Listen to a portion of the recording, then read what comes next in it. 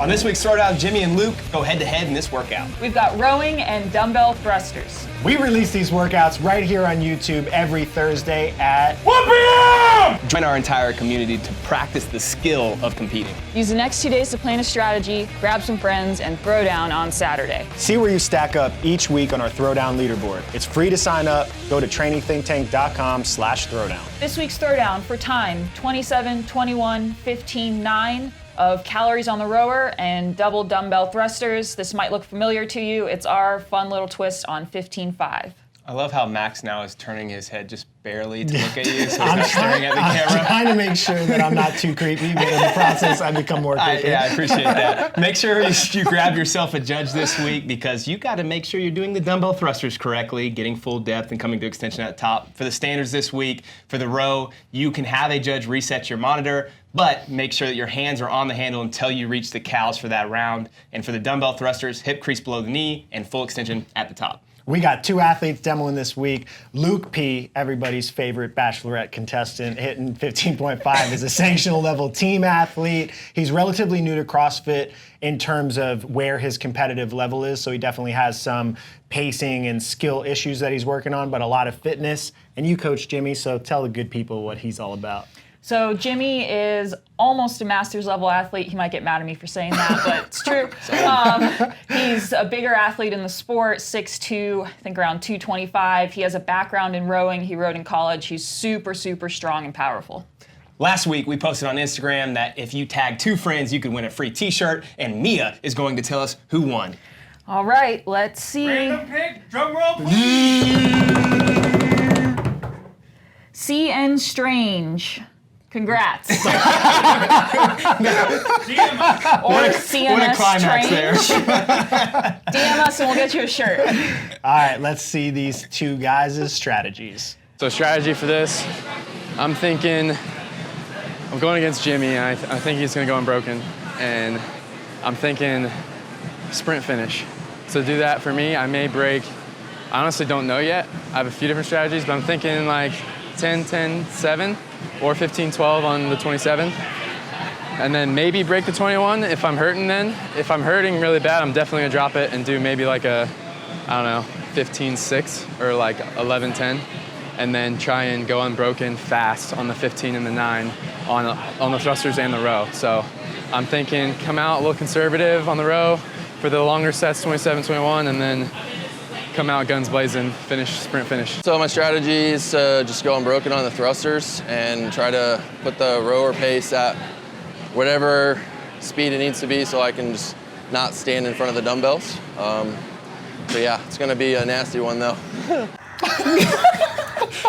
So these are the 2 most articulate strategies we've ever had on the Throwdown. So Luke did the opposite of his strategy the entire time. Spoiler alert. It should have just been, I'm going to do this based on feel instead of giving us 3 paragraphs of this may happen. I have a couple different strategies. I'm not sure what I'm deciding until we go. All right, so this is going to be a fun one because Jimmy's a really good rower before they start. He did 70 cals for time in like, what, Mia, do you remember what that time was? 1:30 or something like that? Yeah, it was crazy. So for those that have never done that, do 70 cals for time and see what your time would be. Yeah, I mean, he's a very big man and he was a collegiate rower, so that helps a lot. And then Luke's just a go-getter. Yeah, he just is a grinder. Well, he did say he was going to come out a little bit conservative, and he went out at 2,300 cals. Maybe that's conservative for him, Max. You never know. He's a real powerhouse.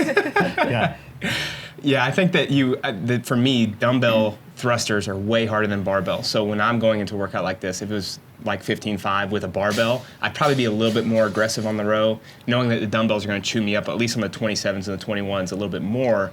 Probably smart to back off just a little bit, not a ton, but maybe 100 or 200 cals per hour slower than you would like to. So Jimmy on this row was never over 1,500, which for how strong of a rower he is, that's a pretty good point in comparison. That's not a tough pace. It's a pretty sustainable pace for him, and that was his plan. Yeah, I mean, I think in a workout like this, it's not exactly, but let's say the workout is somewhere between 6 and 9 minutes. That's really the row effort that seems to make the most sense before you're like at a sprint finish level. If you're Yeah. going way faster than that, except maybe just to get the flywheel moving, I feel like you're just kind of setting yourself up for failure. Yeah, the one thing, and we mentioned this last week, when you're rowing for meters, it's much different than rowing for cows. So Yeah. going a little bit faster when you're going for cows can help you kind of separate the gap against others that you're going against. Whereas obviously meters, like 140 versus 145 is only 5 seconds, and it's way harder. So that's one thing that people have to think about. But I think the bigger issue is getting the flywheel spinning, because that's how you can start getting cows going on the computer screen. Yeah. This was the most awkward part of the workout, was how to reset his rower without getting in front of the camera or in Luke's way. But Way to make this about yourself. I know, I had to pick one or the other. I was so stressed out the whole time. So Jimmy's got a pretty narrow squat position. Have you guys played around with that, Mia? We have, and he just always defaults back to that. It's just where he's comfortable. He doesn't squat slowly, though. No, it looks good. So, And he's strong. yeah. I think a lot of people that have rowing backgrounds just have great dorsiflexion and great knee flexion ability, and that's just like their default pattern. Yeah, it's actually funny you say that, because where your feet are in the rower is almost where his squat position is, so he may Yeah. be comfortable with that. Yeah, I think he also, didn't he have like a speed skating background? or Yeah, something? growing up, he did speed skating, and then he rode in college. Jack of all trades. And I think he also did cycling as a adolescent. So this is the 21s. Jimmy was like, what, 1,200 most of the time, and then Luke was around 12 to 1,300. Yeah, Luke was definitely at a higher pace, but you can just see the difference in their smoothness on their strokes here. Like, Jimmy is so long and controlled, and Luke's got a little bit more of that like aggressive pull and then kind of flop back in. I don't know how Yeah, he to definitely say- has some like fluidity issues even just when he's fresh, but I think when he gets tired, they get worse. And you can see even just in his respiration, just him taking like big upper chest breaths, whereas Jimmy kind of looks like he's just, chilling, breathing normal. And now he's obviously took the lead. He was 4 cows behind just out of the 27s, and now he's back ahead and a much quicker transition to pick up the dumbbells. So he's at 5-ish by the time Luke starts here. Yeah, I mean, both of those were pretty good transitions. Jimmy was like 4 seconds. Luke was around 6, 7 seconds there. So that's still really good for, I imagine most people going to the 21, it's going to be 10 or 15 seconds. But the faster you can grab it and do a small set, probably the better off you are. Yeah, these dumbbell thrusters for me, I don't know if it's just because they're practiced less, are a slower, more difficult movement to balance and move quickly than with a barbell thruster. So it's just something to take into consideration that your movement speed might not be as high doing thrusters, and you might be under tension for a longer time doing thrusters in this workout versus 15.5. I also find that they blow my shoulders up way more. I mean, part of that's just like the stability overhead, but like even in the front rack position, I feel like it's just so much more challenging. All right, so Jimmy's done with the 21s. Luke stopped at 4:06 and now picked back up at 4:16. So it's 10-second break when he's breaking up this set at 21. And you could see that dumbbell, especially on the left side, looks like it's wobbling a lot for him. I noticed his hands were really close to the front head Yeah. of the dumbbell, which I think in some movements makes sense, but in this one, I think it makes more sense to be balanced, because it seems like he's kind of fighting where they're like flopping back on his shoulders. You've said flopping here. Yeah, I have. I very much agree with Mia to change the topic. Precise term. It's accurate. I do think that, a lot of, with these dumbbell movements, we don't know what's going to come up. But in the open, for example, you're going to probably see one now that's like the standard each year. So, practicing all of them, finding something that's more efficient, doing some EMOMs with them, that definitely will help. Yeah. So this pace, Jimmy for that set of 15 was like 11:50 to 12:50. Which was the same as his 21. Yeah. And then Luke had dropped from around the same pace to 1100 for this one. He looks way more labored now too as well. Jimmy looks like he's getting a second wind. It doesn't seem like it's a lot going from 1250 to 1100, and I don't have the data right in front of me. We actually ran some of this last year in the open, but I mean, it's a big difference over 15 cows, maybe 6 or 7 seconds. Yeah. This break's a little long for Jimmy. Jimmy also said he's never demoing for us again. He said that before the workout started. The past 2 times he's come into town, like, so what are you doing on Saturday? I like how, you should tell the story about how you got him to demo this. You were like, do you want to demo a workout with rowing? Yeah. Yeah. That's I said, yes. you have to say yes before I tell you the whole workout, but I'll tell you one movement. Row? Oh, okay. That sounds great. All right, so he's now on his 9s. This is where, if you can, a huge kick here to finish. Fast transition, obviously, is going to make up a ton of time. Yeah, Luke did say he was going to in his multiple strategy video analysis. he was gonna finish with a strong kick at the end. So we'll see if he's successful. So Jimmy did build on this row. He started a little bit slower. He was at like 1050, but he did build up to like 1300 at the end. So he was definitely kicking.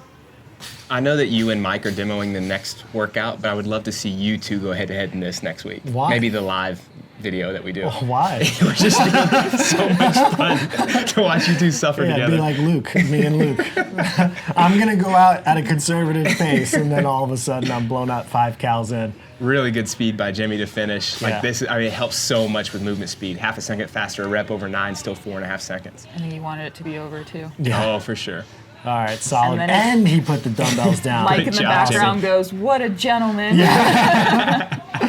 Solid. And he has his name on the back of his shirt, so that it's like an actual field sport workout. All right, so that. Luke finishes with around 1050 to 1100 here. He's. Definitely not the kick that he was hoping for, I don't think. I mean, it But probably he said he felt. was playing with a couple different strategies. Yeah, so this is the last strategy. That's what I'm gonna do too. And my last strategy is always gonna be slow down. You like how Jimmy stays in the frame and cheers him on, and then when you go against people, you run away and leave them out to dry. I hate when people cheer me yeah. on. If they beat me, I'm like, go away. Don't come over to me. 738 for Luke. No, Really? he Oh, has no? 2 more. Yeah. He was Yeah, dying. he's hurting Yeah. here. Just kidding.